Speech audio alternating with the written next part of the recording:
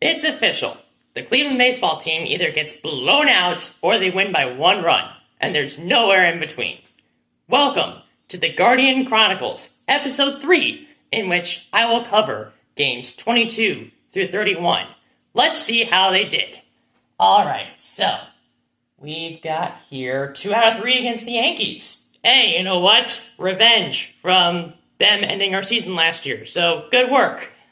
Then we lost 2 out of 3 to the Red Sox, and both of those games were blowouts. Ew.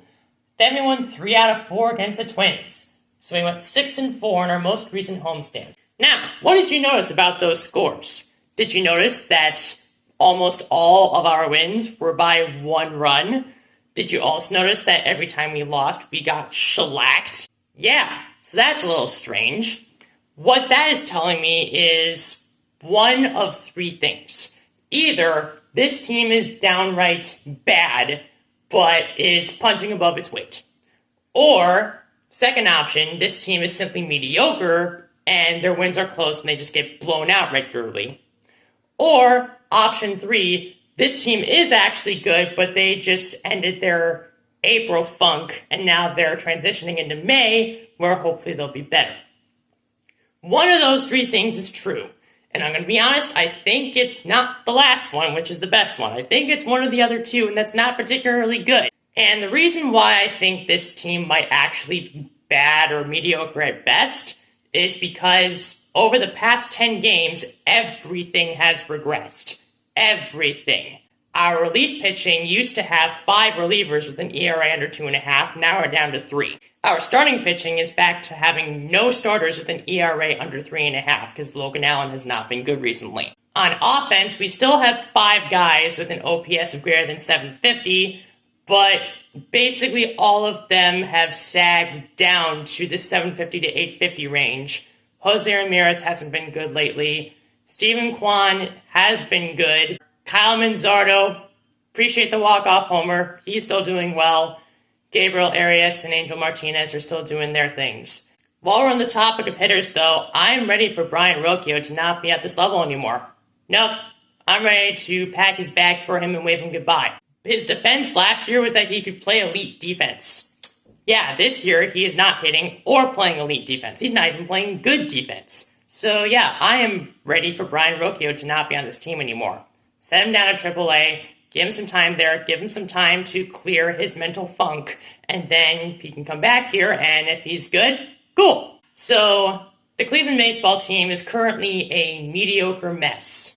However, let me take this from a different perspective. I've mostly been speaking from a negative standpoint so far. Let me spin this a little bit. So, our run differential is negative 24 through 31 games, which is really bad. We have the same run differential as the Chicago White Sox. I'm sorry, that's just hilarious. The Chicago White Sox, the banner franchise for incompetence, cheap ownership, and not trying to win. We're on the same level as them when it comes to run differential, and yet we have 10 more wins. We're 18-13, they're 8-23.